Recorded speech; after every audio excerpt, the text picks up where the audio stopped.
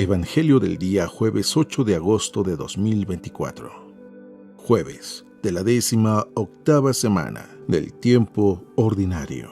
Lectura del Santo Evangelio según San Mateo, capítulo 16, versículos del 13 al 23.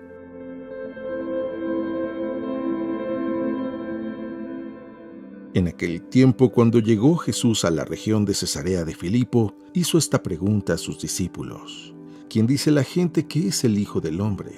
Ellos le respondieron: unos dicen que eres Juan el Bautista, otros que Elías, otros que Jeremías o alguno de los profetas. Luego les preguntó: ¿y ustedes quién dicen que soy yo? Simón Pedro tomó la palabra y le dijo: Tú eres el Mesías, el Hijo de Dios vivo. Jesús le dijo entonces: Dichoso tú, Simón, hijo de Juan, porque esto no te lo ha revelado ningún hombre, sino mi Padre que está en los cielos. Y yo te digo a ti que tú eres Pedro, y sobre esta piedra edificaré mi iglesia. Los poderes del infierno no prevalecerán sobre ella.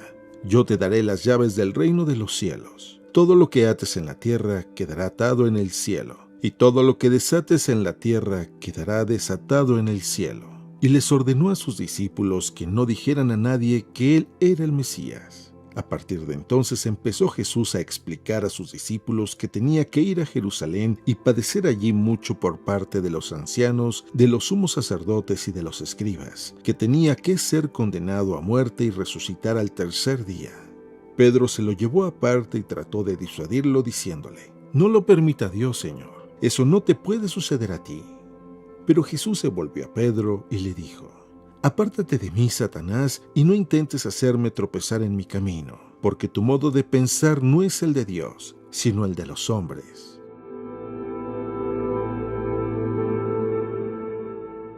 Palabra del Señor.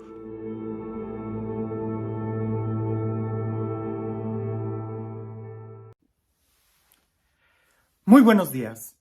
¿Te ha sucedido alguna vez que después de no ver a un amigo por mucho tiempo, cuando lo ves, ya no es la misma persona? A mí me ha pasado eso. Claro, hay algunas amistades que pueden pasar años sin vernos y cuando nos vemos seguimos siendo los mismos amigos que nos reímos de las mismas cosas. Pero también he tenido la impresión de que a veces las personas cambian mucho, sobre todo cuando viajan, cuando estudian, cuando sucede algo en sus vidas, cuando se casan, no se diga cuando se casan. Muchos de mis amigos cuando se casaron he visto cómo han madurado para bien, han cambiado mucho. Las personas cambian, cambiamos mucho. Recuerdo en una ocasión en las clases que tenía de latín, que la maestra nos decía que el latín era un idioma ya congelado, porque nadie lo hablaba, sino que más bien era de estudio y escritura y las reglas eran muy claras. A diferencia de otros idiomas, y ella lo comparaba con el inglés, que el inglés, al ser un idioma que se habla mucho y que incluso es un idioma que se está modificando demasiado por tantas palabras que están entrando a este idioma, pues es un idioma que cambia.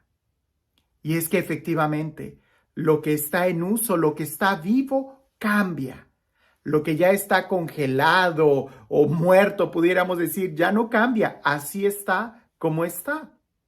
Hoy en el Evangelio Jesús hace una pregunta muy clara a sus discípulos y creo que es una pregunta que mientras estemos vivos deberíamos de estar respondiendo continuamente.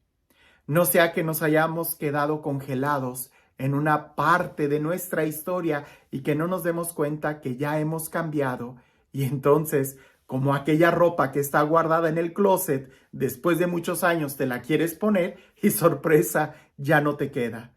No nos vaya a suceder lo mismo con la fe, que la dejamos allá, abandonada y después de muchos años queremos tomarla y sorpresa, ya no es la misma para nosotros.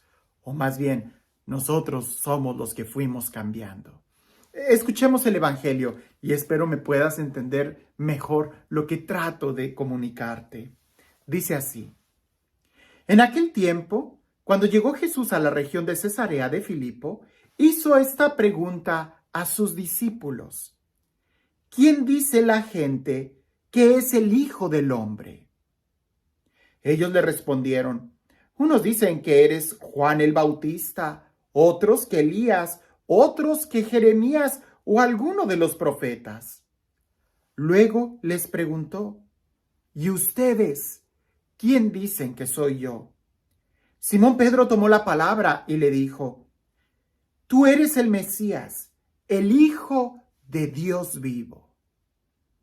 Jesús le dijo entonces: dichoso tú, Simón, hijo de Juan, porque esto no te lo ha revelado ningún hombre, sino mi Padre que está en los cielos. Y yo te digo a ti que tú eres Pedro, y sobre esta piedra edificaré mi iglesia. Los poderes del infierno no prevalecerán sobre ella. Yo te daré las llaves del reino de los cielos. Todo lo que ates en la tierra quedará atado en el cielo, y todo lo que desates en la tierra quedará desatado en el cielo. Y les ordenó a sus discípulos que no dijeran a nadie que él era el Mesías. A partir de entonces comenzó Jesús a anunciar a sus discípulos que tenía que ir a Jerusalén para padecer allí mucho de parte de los ancianos, de los sumos sacerdotes y de los escribas, que tenía que ser condenado a muerte y resucitar al tercer día. Pedro se lo llevó aparte y trató de disuadirlo diciendo: no lo permita Dios, Señor. Esto no te puede suceder a ti. Pero Jesús se volvió a Pedro y le dijo: apártate de mí, Satanás, y no intentes hacerme tropezar en mi camino, porque tu modo de pensar no es el de Dios, sino el de los hombres. El Evangelio está muy fuerte. Primero por las preguntas que Jesús hace, y a veces pasa desapercibido el lugar en donde Jesús hace la pregunta. Jesús hace la pregunta en Cesarea de Filipo. Es un lugar pagano, es un lugar donde no se conoce a Dios. De hecho, no hay registros que Jesús haya hecho algún milagro ahí. Si Jesús hubiera hecho esa pregunta en Jerusalén o en Cafarnaúm, donde hizo muchos milagros, pues seguramente hubiera sido fácil contestar. En nuestra vida, cuando Jesús nos pregunta quién es Él para nosotros, es precisamente en los momentos de soledad, de desierto. Es ahí donde nosotros decimos quién es Jesús. Lo he dicho muchas veces que adentro de la iglesia o en un retiro es muy fácil alzar las manos, cantar aleluya y decir Jesús es el Señor. Pero en donde tenemos realmente que decir quién es Jesús para nosotros es precisamente allá afuera. En los retos de la vida diaria, en los problemas, en las dificultades donde no vemos la mano de Dios obrar, ahí es donde tenemos que dar una respuesta. Y no es que la respuesta sea obligada como si fuera un examen, no, es que viene de manera natural. Por eso Jesús dice, primero, ¿quién dice la gente que es el Hijo del Hombre? Todos dicen algo de Jesús. No creo que la gente haya estado literalmente respondiendo esa pregunta. Yo pienso que Jesús es. Yo pienso que Jesús es. No. La gente habla de Jesús. Igual sucede el día de hoy. Todo mundo tiene una especie de definición de quién es Dios. Y aunque no lo digan filosofando, yo pienso que Dios es. No, en la forma de vivir se expresa. Me sorprendía que hace poco leí algunas estadísticas y dicen que en estos últimos años, a partir de la década de los 80, el índice de religiosidad ha aumentado muchísimo. Pero pareciese que la calidad de vida religiosa está un poco en cuestión, ¿no? Los templos se están llenando más de gente. Bueno, habría que ver ahora con lo de la pandemia. He oído que en algunos lugares todavía siguen batallando para que la gente vuelva a la iglesia, pero aún así creo que la respuesta es muy clara. La gente se cree religiosa, se cree creyente, profesan una fe. Incluso en un país como México, la mayoría de la gente se cree católica. Pero si les preguntas, ¿vas a misa? Si les preguntas, ¿cuándo fue la última vez que te confesaste? Si les preguntas, ¿estás escuchando lo que el Papa Francisco nos está enseñando? La mayoría de ellos van a decir que no. Entonces, no. Una cosa es lo que decimos y otra cosa es lo que creemos y vivimos. Y es ahí donde Jesús hace la siguiente pregunta a sus discípulos. ¿Ustedes quién dicen que soy yo? Desde la fe, desde tu compromiso de vida. Sí, tú puedes recitarme el credo y muchas oraciones. Puedes recitarme el catecismo si tú quisieras de memoria. Ojalá. Pero tu vida, tu compromiso de vida, ¿qué dice? ¿Quién es Jesús? Y esto es muy interesante porque en Pedro nosotros vemos cómo esto cambia.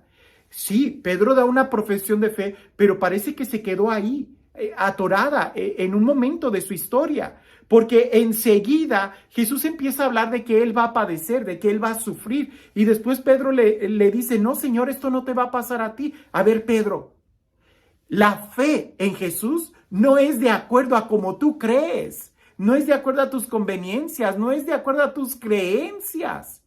Es de conforme a como Él se nos ha revelado. Y esta es una pregunta que tenemos que hacernos nosotros todos los días. ¿Quién es Jesús para mí? Sabemos que Jesús es el mismo ayer, hoy y siempre y que Él no cambia. Pero los que sí estamos cambiando somos tú y yo. Y el conocimiento que tenemos de Él, la profundización que tenemos de Él, tiene que ser cada vez más profunda, más real. De la misma manera que cuando yo tengo un amigo de la infancia y hemos pasado muchas cosas, el amor que yo le tengo a él posiblemente no va a cambiar, sigue siendo mi mejor amigo. Pero lo que yo puedo decir de él sí va a cambiar con el tiempo porque cada vez va agarrando diferentes roles, ¿verdad? Antes yo, cuando éramos adolescentes, de mi amigo, yo no iba a decir que era un buen padre de familia porque yo nunca lo había visto casado.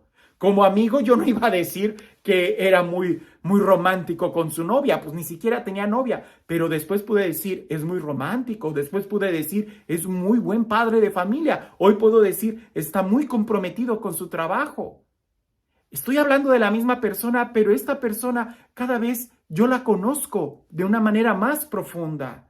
Lo mismo sucede con Jesús. Jesús no cambia, es el mismo ayer, hoy y siempre. Pero nosotros sí estamos cambiando.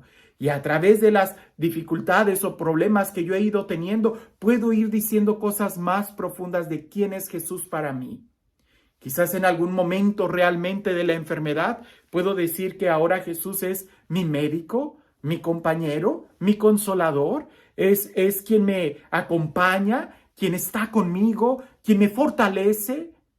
Antes quizás yo solamente decía cosas muy emocionales, quizás propias de un adolescente. Ay, es el que me hace sentir escalofríos, sudor, calor, me emociona, me hace cantar, le da sentido a mi vida. Pero poco a poco esto tiene que ir cada vez mejorando y profundizando. ¿Quién es Jesús para nosotros? ¿Quién es Jesús para ti? Y aunque no tengas que estar cambiando un credo o una profesión de fe, esa no cambia tampoco. Jesús es el mismo. Pero la forma en cómo tú vives, de acuerdo a tu experiencia, sí tiene que ir madurando y tiene que ir cambiando. Lo vemos en Pedro.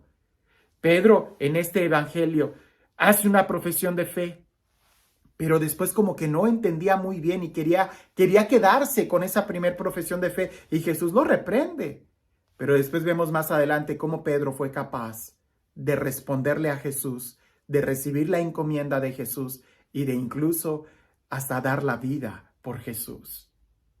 Nos damos cuenta que en Pedro, dependiendo de la etapa de la vida de Pedro, él nos iba a ir diciendo algunas cosas de quién era Jesús para él, hasta el punto que su vida fue unida a la de Jesús. Nosotros nos hemos quedado estancados en alguna experiencia espiritual y no hemos podido salir o madurar en ella. Quizás tuvimos un retiro tan fuerte que es como cuando compras algo, un saco, un pantalón, una camisa, que te gusta tanto que la guardas en el closet para usarla solamente en eventos importantes. Pero resulta que después, cuando la quieres sacar, te das cuenta que ya no es de tu talla. No. A Jesús y la experiencia de Jesús no es para que se quede ahí, sino más bien para que nos acompañe todos los días y que ésta vaya cambiando. Un día le preguntaron a la Madre Teresa de Calcuta: Madre, ¿cuándo fue su encuentro con Dios? Y ella respondió: hoy. Así deberíamos de decir nosotros, cada día renovar, refrescar nuestra experiencia de Dios. ¿Quién es Jesús para ti? Y este Dios, el Dios del amor, el Dios de la vida, el Dios de la paz, el Dios que hace nuevas todas las cosas y que Él sigue siendo el mismo. El Dios que no dejamos de conocer y de profundizar en su amor inagotable, que sea Él quien el día de hoy nos bendiga.